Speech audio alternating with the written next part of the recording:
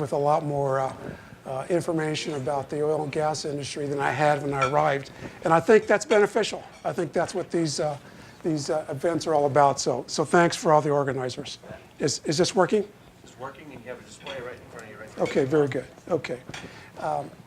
I am the Executive Director of the Colorado Department of Local Affairs, also affectionately known as DOLA. And I bet there's not a local elected official or appointed official here in the room this afternoon that doesn't know what DOLA has been doing for the last several decades. But what I want to do in my short presentation is obviously leave some time for questions. But I want to cover just broadly the work of DOLA historically. Also share with you some of the impacts that DOLA has been involved with in local government programming, local government funding, and a variety of other functions that DOLA is involved with. Share some of the expectations going forward, some of the governor's objectives, and how we could potentially continue to work in meeting some of those goals and priorities, and then conclude with some of your questions. So with that, let me just begin. Let me try to advance this. Maybe I'm going the wrong, whoops, that's the wrong direction. Oh. You only have to turn towards the build to advance for you from the podium.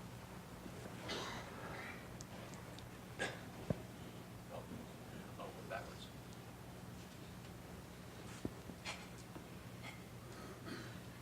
Now you can advance it. There we go. Very good. So very broadly, the Department of Local Affairs has been involved in working with local government since its inception. And it's largely responsible for strengthening local Colorado communities through a variety of direct functions, like building capacity with local government staffs, training, research, technical assistance, and probably most important to this group, funding facility opportunities.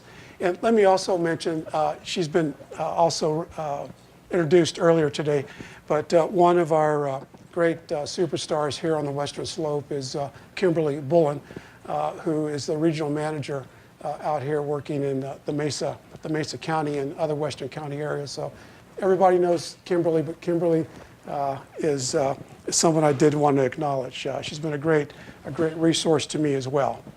A little bit about the organization. Really hasn't been a lot of redesign of DOLA, too much. But what I want to concentrate on are the four bigger boxes at the bottom.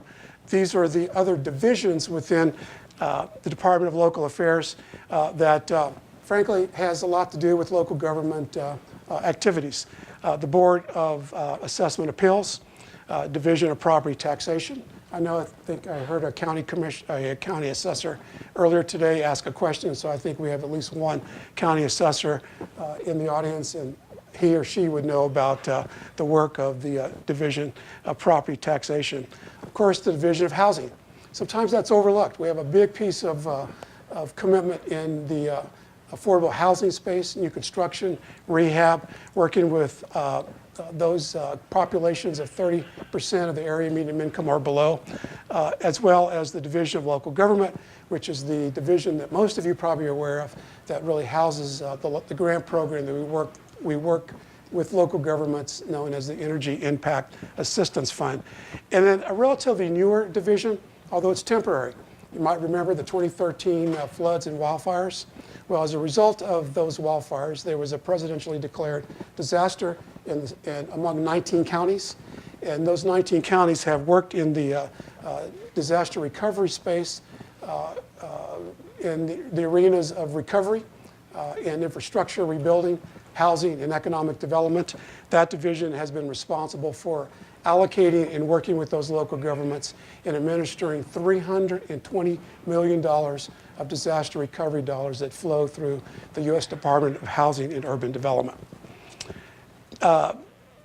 Again, just an overview of the funding to address public facilities is what local governments depend on DOLA for. State and federal funding for private housing authorities, local governments, Our goal is to increase the inventory of affordable housing, not just in the Front Range, but throughout Colorado, and we've done that quite well. We work very hard with the state's most vulnerable populations to try to impact in ending homelessness in that arena. We also provide a strong, robust technical assistance and capacity building support. In addition to providing the grants, a lot of our regional managers, Kimberly included, work directly with local governments in advising and helping them understand functionally, in some cases, just how to organize good government, how to ensure you have the financial capacity to account for the revenue you're collecting and how to spend that. And that's a big part of the technical assistance work that sometimes is overlooked in the bigger picture of DOLA's work, but is very important. I just spent a couple days touring what we call our North Central region, which included communities in Weld County, Larimer County, and in Boulder County. And all along the way, it wasn't just the grant money that these counties had received, our local governments from DOLA.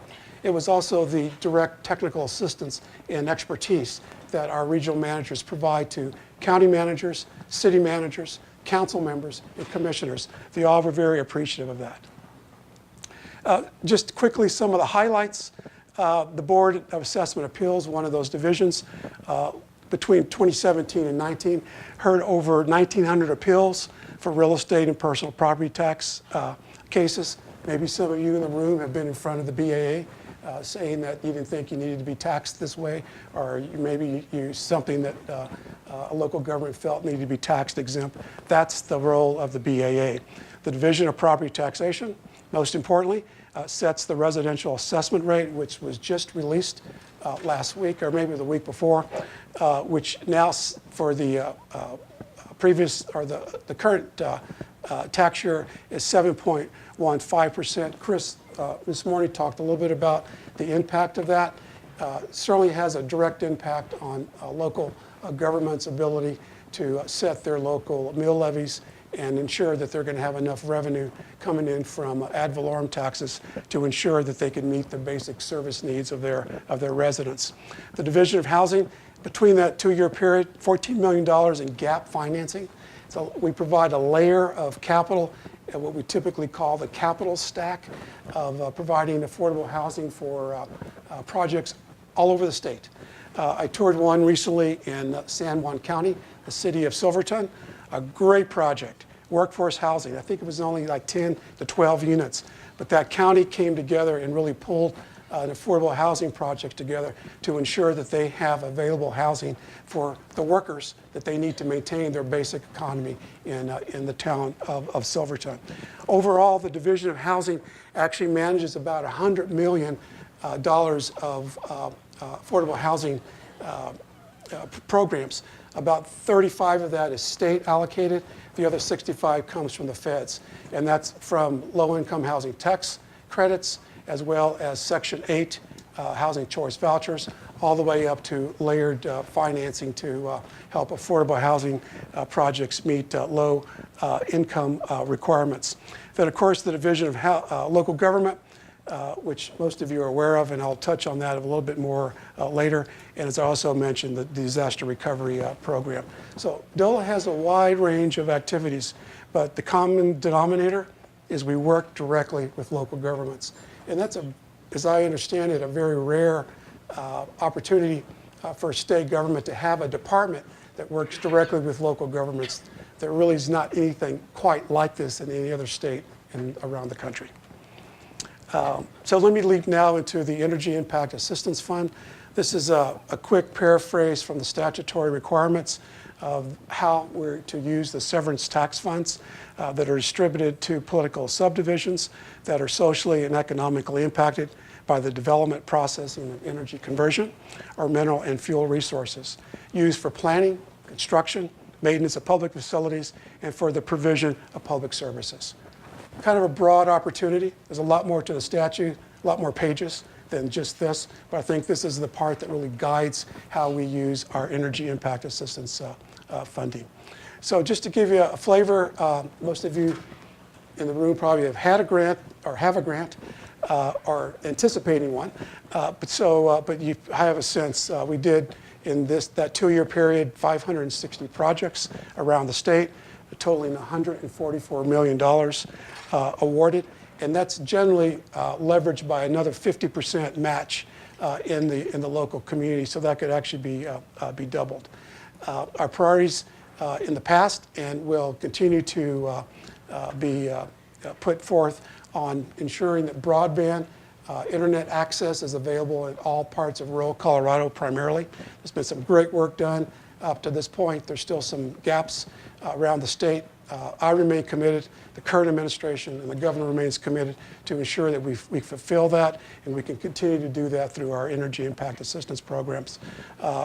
Alternative fuel projects, there's been a few of those that have been funded. We'd like to see more of those with the governor's focus on electric vehicles, and also working on the fiscal health of local governments, which I alluded to a moment ago. We also, 3 minutes, well, that's fast. Maybe I should leave 5 minutes for questions. Public health safety is another big concern that we want to make sure that impact dollars are being used for. Quickly, highlights of some of the bigger projects. Project Thor, which is a broadband project here in the Western Slope, put over $1 million in. Custer County is working on a broadband project in tandem with the US EDA. We're involved with that as well. Here in Garfield and Pickens counties, collaborating to implement a regional wireless broadband network. Again, another over $1 million. The Main Street program, which is kind of a set-aside program, but we support this because we understand the value and the importance of having thriving, vibrant main streets in downtowns around the state, particularly in smaller communities. So we have put energy impact dollars into that program. The Best in Bribes program. Anybody in here an alum of the Best in Bribes program? A county manager or a city manager? There, no hands. One, did I see one? I didn't see one. But this is an interesting program. We provide an opportunity to offset the cost of an intern's salary with a local government in a rural part of the state, which commits them to continue after they graduate the public administration program at UCD. I think Adams State is also involved with the program now. They are inclined to return to work in rural Colorado. And I was recently at an association meeting of managers, county managers and city managers, and half the room were alumni of the Best in Bribes programs. I have to say to myself, without this program, I'm not sure today who would be managing our cities in rural Colorado and our county managers throughout the state. So it's a pretty important program. Just quickly, the big bubble indicates over $50 million of energy impact dollars that have been made available in a particular region or county. The smaller one is up to $1 million. So you can see the blue dots. Most of the counties have received some allocation of the energy impact dollars for a variety of programs. Just a few I highlighted, but there's a variety of other ones I haven't even mentioned. But you can see where the biggest allocation and accumulation of impact dollars have been in the counties here in the northwest part of Colorado, as well as Mesa County, Garfield County, Eagle County up to the north, obviously the northeast, Weld County. So there's a good balance of how these dollars are arranged throughout the state. So just quickly on this chart, won't spend a lot of time on it, but it gives you a sense. The blue line is the total federal mineral lease and severance receipts that come into the state. There's been a lot of that discussion already earlier today. The red line is the energy impact assistance funds dollars that come into DOLA. So that's a combination of both the severance revenue as well as the federal mineral lease. You can see it kind of ebbs and flows with how the total severance receipts have come in. Now we could say that the blue lines up and down is tied to global prices of oil and gas during that period. We typically see the dollars come down when revenues go up when overall revenues go down. And towards your left side, you can see the blue line starting to go up. It's projected to be about $140 6 million of total revenue coming in projected in the next fiscal year. And then you can see the DOLA energy impact line also starting to come up. So there's a direct relationship. And we've been able to see that flow of dollars over the course of the last 10 fiscal years or so. So just quickly, the governor's priorities, which most of you probably have heard about: education, health, environment, and renewables, working on trying to solve our solutions around fiscal reform. But my priority as the executive director is to work with our local government team to find ways that these priorities can be used by local governments to create, on the education front, facilities, construct facilities or create partnerships for the improvement of access to early childhood education. On the health front, reducing cost for healthcare, particularly in rural parts of the state. We could assist, which DOLA dollars have in the past, infrastructure projects with hospitals or clinics. We just approved a funding project in Garcia County where they're repurposing a facility to create a collaborative clinic of all the basic primary care needs that would be available to the residents in those counties without those counties having to go to the front range every time, or their residents every time. Around renewables, we hope to create incentive opportunities for local government planning to achieve their individual renewable goals. I know here in Garfield County, the city of Glenwood Springs is a strong leader in renewables. I think they're setting a goal to reach 100% very soon into the future. And other kinds of local initiatives that will reduce carbon output. We want to see more of those kinds of opportunities funded through the energy impact in the future. So I think I'm going to wrap. I think this is the last one. I'll let you just look at that on your own, but it gives you an idea of what we have funded with the energy impact assistance programs over since July of 2017.